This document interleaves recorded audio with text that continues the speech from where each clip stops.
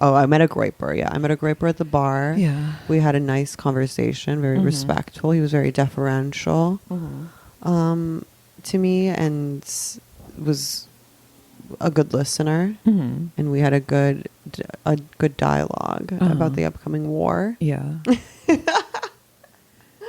Which is from what I didn't listen. I listened to the space, but I watched Fuentes' stream of it. And the Groyper War is just them. They're going to do kind of like coordinated posting, which they already basically and do. like showing up to swing state campaign venues. That's what Fuentes has promised, and to make it worse for the... And they're making it sound like they're doing it as a service. They're telling the guys running the Trump campaign, do better. Be best. They're not happy with Chris Lekovite.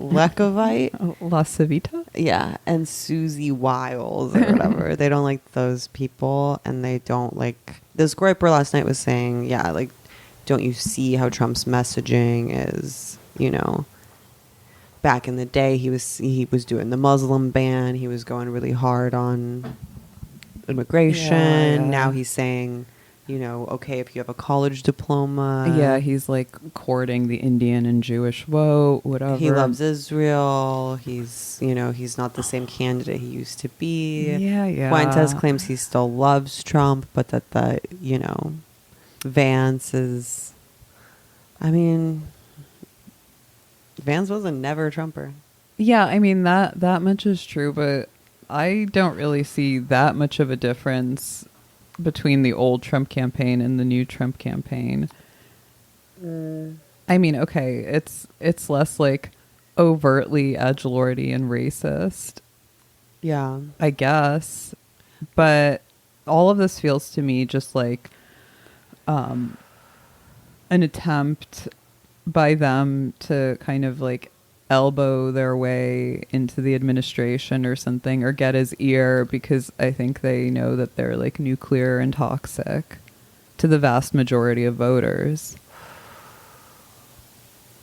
I mean, yeah, but they're not... That's not going to happen. I mean, I'm a mentally ill basket case, so I'll like pay attention to what they say and do, but most people I think are probably like freaked out and turned off by it.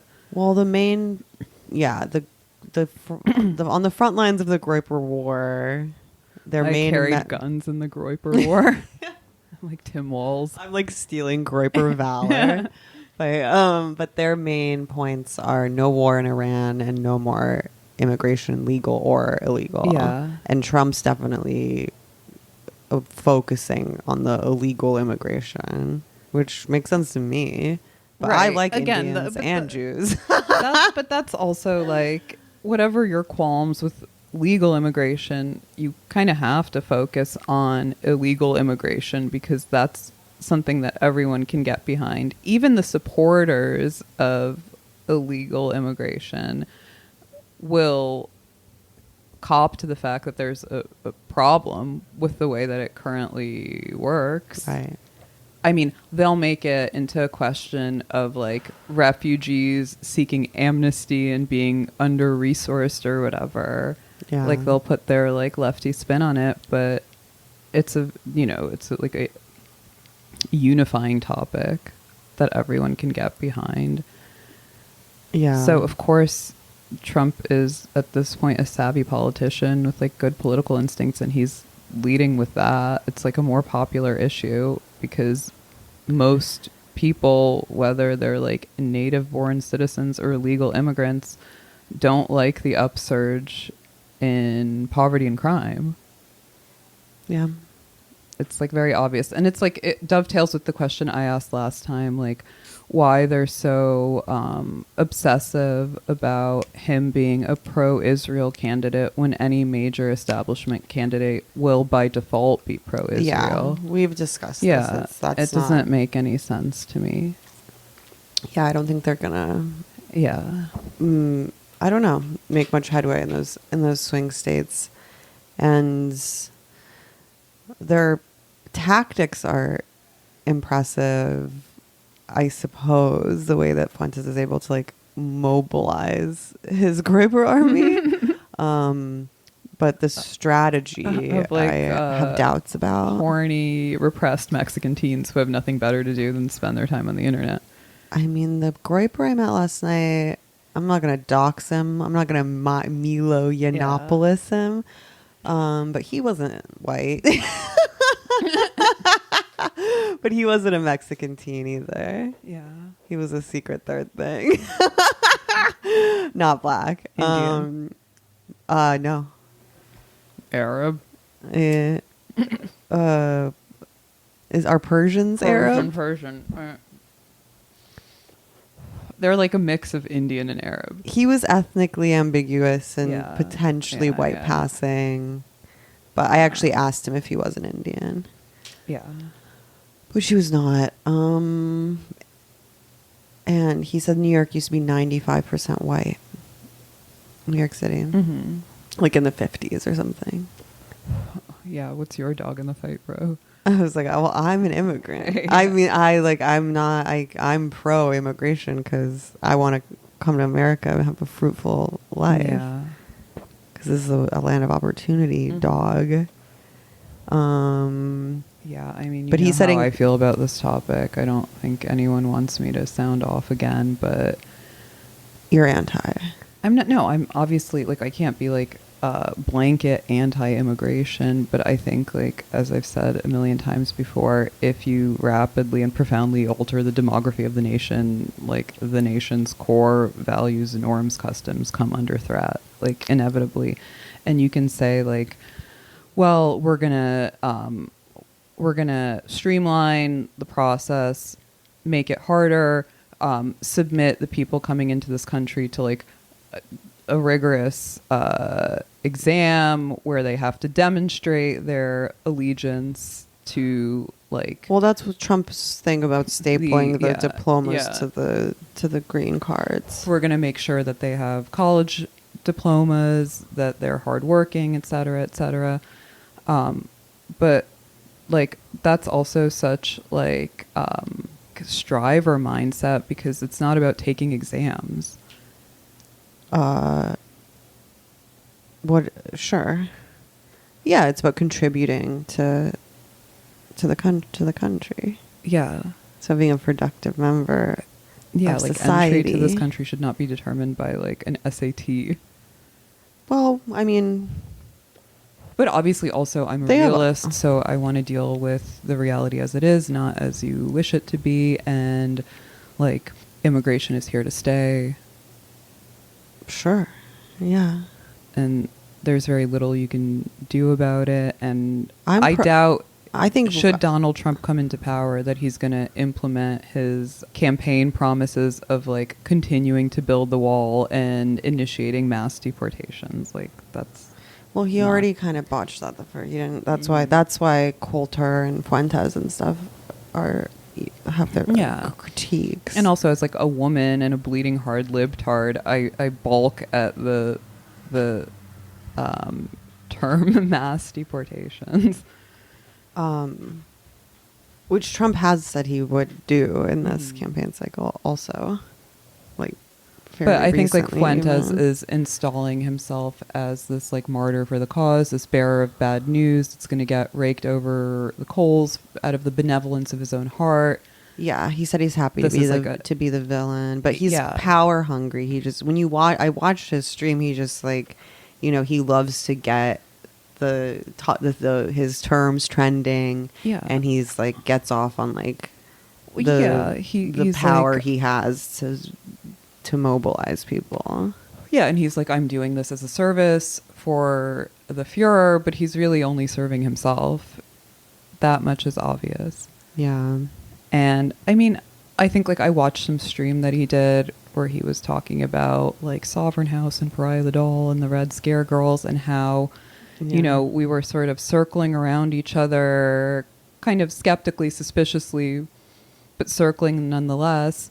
But the minute that J.D. Vance became the VP pick, we suddenly dropped our aloof, above it all, too cool for school, cigarette smoking act and got real serious That's because not we're like true. bought and paid for Zio whores. And it's like, personally, I have no opinion on JD Vance. I don't really care about JD Vance. I'm Well- happy to give Vance a chance.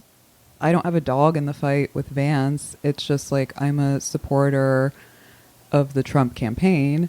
Mm-hmm.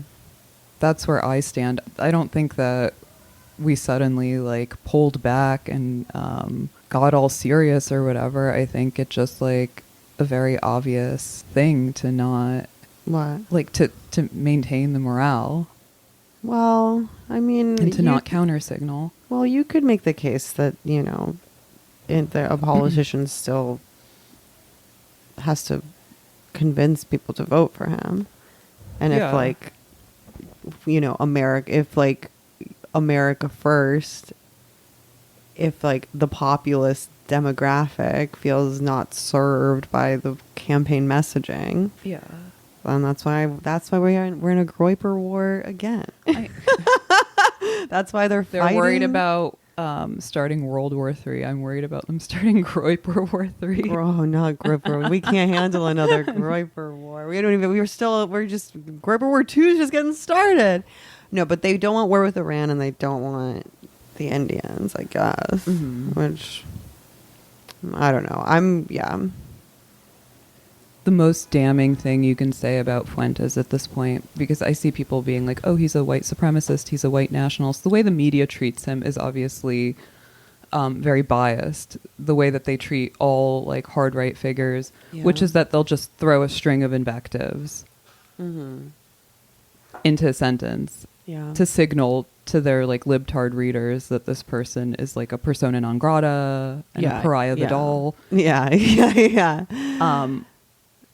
The SPLC, the ADL, they all have little websites, like profiles about Fuentes. My problem with him is not that he has like hard right or white supremacist views, but kind of the opposite, that he is the guy who's basically LARPing as an ideologue when he's really just like a fame whore or a clout chaser. And he's stringing along these true believers that follow him like lemmings off a cliff, and that he will inevitably sacrifice for a crumb of clout.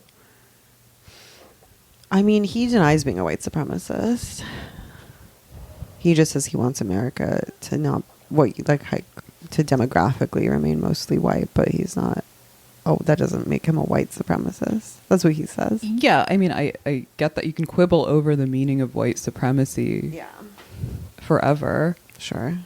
Like, what does that even mean? Some people would say that wanting America to remain majority white is white supremacy. Yeah.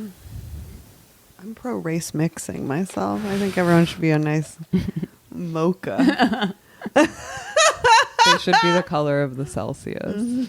Just like piss yellow. Emoji colored. Yeah. One love, one skin tone, one worldwide Zionist occupied government. What's really funny, though, is seeing these major outlets like The Hill and these major politicians like JD Vance even address big fumble the issue on Vance's of part, Nick honestly. Fuentes and the Groyper War. Well, that's part of one of the tactics of the Groyper War is to get people to. Yeah, but we all know that in this attention economy, if you stick around long enough and make enough noise, people will eventually notice you and start talking about you. Yeah. That's the real mechanism of envy at play. It's not based on like talent or competence or even charm or charisma. It's based on like how loud you are and how much space you take up. Yeah. And then which is people are connected sort of like, to. I mean, you can't say that Fuentes doesn't have charisma. Sure. Listen, I always give credit where it's due. I've said in the past that he's like a bright and high energy young man. He's amassed his large following, through his charisma. He's, relatively funny. He has a certain... he's great at what he does. Trumpian quality to him. I mean, to stream, you know, to get up there and just like free associate and talk as much as he does, like that's a skill. And he's resonating with, you know, young men, certainly.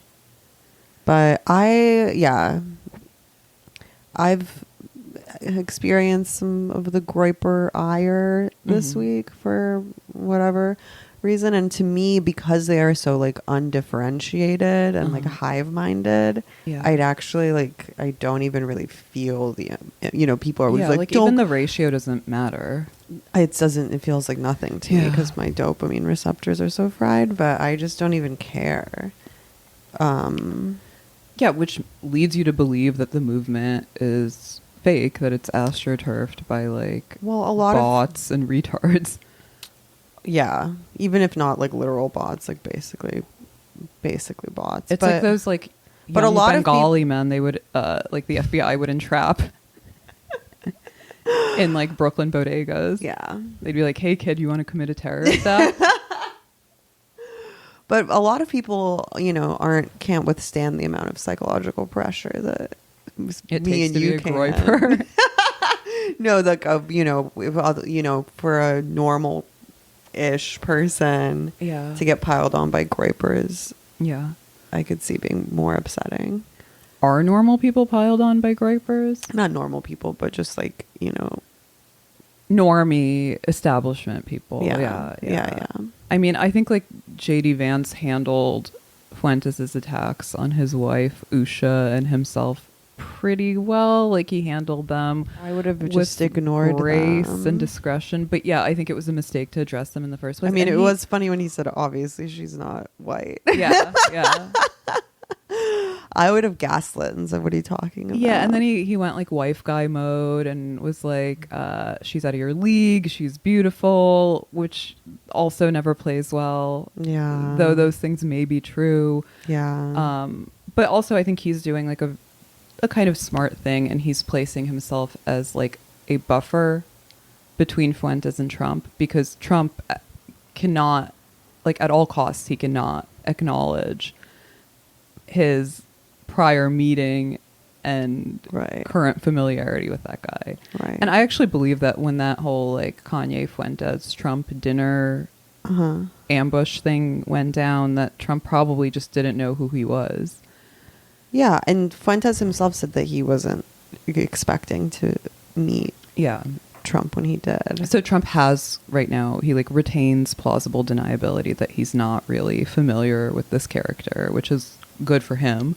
And Kanye, unfortunately, is in a nitrous induced. Yeah, because also whatever you think alternate about reality. Fuentes, like taking my personal opinion of him out of it, like he is known in the mainstream media again as like a hard right radical and an avowed white supremacist, and any sort of association between Trump and those sorts of forces the Democratic Party will seize on.